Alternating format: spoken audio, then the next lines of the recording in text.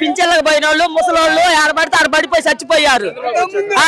ఇప్పుడు జగన్ అన్న వచ్చినాక ఇంటికి వచ్చి తెల్లారు 5 తలుపు కొట్టి డబ్బులు ఇస్తున్నారు.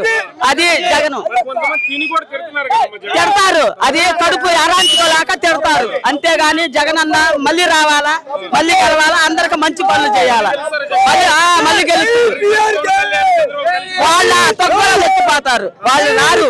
వాళ్ళు ఆయన సినిమాలు వేసుకోవాల్సిందే. ఆయన ఏమో 16 సంవత్సరాలు బాలుడు కావాలి ఆయన. అంతే, ఎవరు వేయరు ఆయన. జగన్ గారికే చేస్తాం అంతే. బాగుంది, అందరికి బాగుంది. పిల్లలకు డబ్బులు వచ్చినాయి, పెద్దవాళ్ళకి వేసిండు. 45 సంవత్సరాల వాళ్ళకి డబ్బులు వేసిండు. వేయన డబ్బులు అంటూ లేవు. రైతు భరా వేసిండు.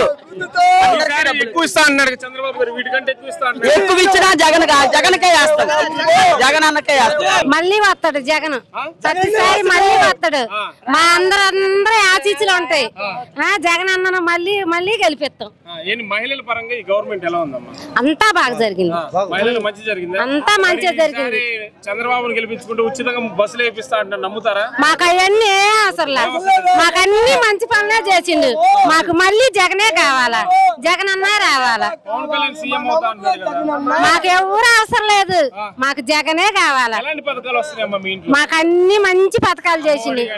అమ్మఒడి వస్తుంది, రుణమాఫీ గాని, ఇల్లు లేని వాళ్ళకి స్థలాలు గాని అన్ని మంచి పనులే చేసిండు. చంద్రబాబు గారు ఉన్నప్పుడు ఇలాంటి పథకాలు ఏమైనా ఇచ్చారు? మాకు ఏమీ రాలేదు.